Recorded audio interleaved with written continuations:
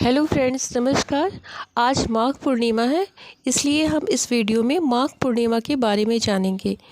आइए जानते हैं माघ पूर्णिमा के दिन क्या करना चाहिए, क्या नहीं करना चाहिए, किस भगवान की पूजा होगी, व्रत रखें तो क्या खाएं, क्या नहीं खाएं।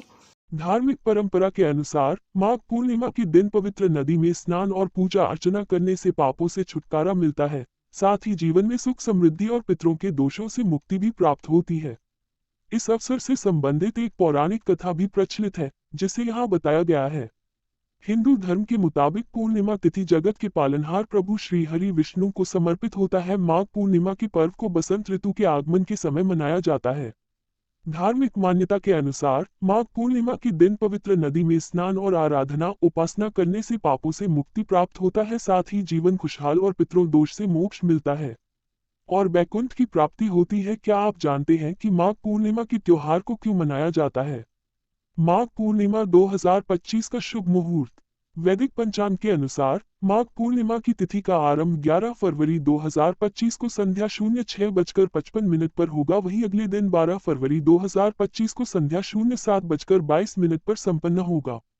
सनातन धर्म में उदया तिथि का अत्यधिक महत्व माना जाता है। ऐसे में 12 फरवरी 2025 को माघ पूर्णिमा मनाया जाएगा।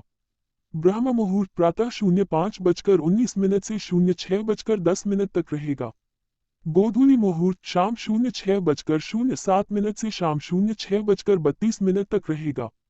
अभिजीत मुहूर्त कोई नहीं है। अमृतकाल मुहूर्त शाम 05:55 से रात 07:35 तक रहेगा। माघ पूर्णिमा के पीछे छुपी जाने पौराणिक कथा। पौराणिक कथा के अनुसार एक बार जब सृष्टि के पालनहार श्री हरि विष्णु क्षीर सागर में विश्राम कर रहे थे, तो उस समय नारद जी प्रकट हुए। नारद जी को देख प्रभु श्री हरि विष्णु ने कहा कि हे महर्षि, आपके आने की क्या कारण है? तब नारद जी ने बताया कि मुझे ऐसा कोई उपाय या सुझाव बताएं जिसे करने से लोगों का कल्याण हो सके। तब श्री हरि विष्णु जी ने कहा कि जो साधक संसार के सुखों को भोगना चाहता है और मृत्यु के बाद परलोक या वैकुंठ की प्राप्ति का वरदान चाहता है, तो वह पूर्णिमा तिथि के दिन पूरी श्रद्धा और आराधना से सत्यनारायण की पूजा अर्चना और कथा करनी होगी। इसके बाद नारद मुनि जी ने प्रभु श्री हरि विष्णु ने व्रत विधि के बारे में विस्तार से ज्ञान दिया। साथ ही विष्णु जी ने कहा कि इस व्रत में दिन भर उपवास रखना शुभ माना जाता है और शाम को भगवान सत्यनारायण की कथा और पाठ करना चाहिए और प्रभु को भोग अर्पित करें। ऐसा करने से सत्यनारायण देव प्रसन्न होकर अपना आशीर्वाद प्रदान करते हैं। इस दिन विष्णु स्वरूप के इन मंत्रों का जाप करें। शांताकारं भुजगशयनं पद्मनाभं सुरेशं विश्वाधारं गगन सदृशं मेघवर्णं शुभांगं लक्ष्मीकांतं कमलनयनं योगिभिर्ध्यानगम्यं वंदे विष्णुं भवभयहरं सर्वलोकनाथम्। ओम भूरिदा भूरि देहिनो माधव्रम भूर्यभर भूरि घेदिंदित्ससि। ओम भूरिदा त्यसि श्रुत पुरुत्रा शूर वृत्रहन आनो भजस रातसिमा। पूर्णिमा के दिन गंगा, यमुना और सरस्वती नदी के संगम त्रिवेणी में स्नान करना अत्यंत पुण्यकारी माना जाता है।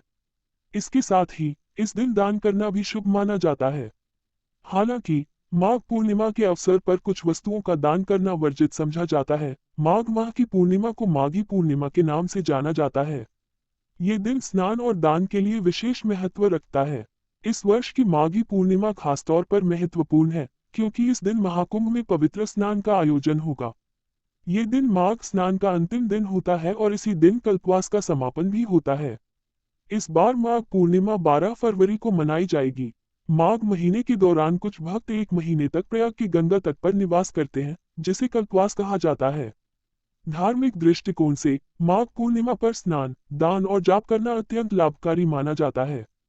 कहा जाता है कि इस दिन देवी देवता गंगा स्नान के लिए पृथ्वी पर आते हैं। माघ पूर्णिमा के अवसर पर कुछ वस्तुओं का दान करना विशेष पुण्यदायी होता है। हालांकि इस दिन कुछ विशेष वस्तुओं का दान करना वर्जित है। यदि आप माघ पूर्णिमा के दिन इन वस्तुओं का दान करते हैं, तो आपको कई समस्याओं का सामना करना पड़ सकता है। आइए जानते हैं कि माघ पूर्णिमा के दिन किन चीजों का दान नहीं करना चाहिए। माघ पूर्णिमा के दिन किन चीजों का दान नहीं करना चाहिए। माघ पूर्णिमा के अवसर पर कुछ विशेष वस्तुओं का दान करने से शनि दोष या चंद्र दोष उत्पन्न हो सकता है, जिससे व्यक्ति को विभिन्न समस्याओं का सामना करना पड़ सकता है। माघ पूर्णिमा के दिन लोहे की वस्तुओं का दान नहीं करना चाहिए। माघ पूर्णिमा के दिन काले रंग के कपड़ों का दान नहीं करना चाहिए। माघ पूर्णिमा के दिन चांदी की चीजों का दान नहीं करना चाहिए। माघ पूर्णिमा के दिन दूध का दान भी नहीं करना चाहिए। माघ पूर्णिमा के दिन नमक का दान नहीं करना चाहिए। माघ पूर्णिमा के दिन चाकू, सुई या कैंची का दान नहीं करना चाहिए। माघ पूर्णिमा व्रत विधि। माघ पूर्णिमा के दिन सूर्योदय से पहले उठकर किसी पवित्र नदी में स्नान करना चाहिए।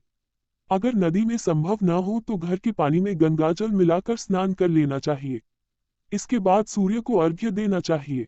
साथ ही व्रत का संकल्प लेना चाहिए। इसके बाद भगवान विष्णु की पूजा करनी चाहिए। पूजा के समय विधिपूर्वक व्रत कथा का पाठ करना चाहिए।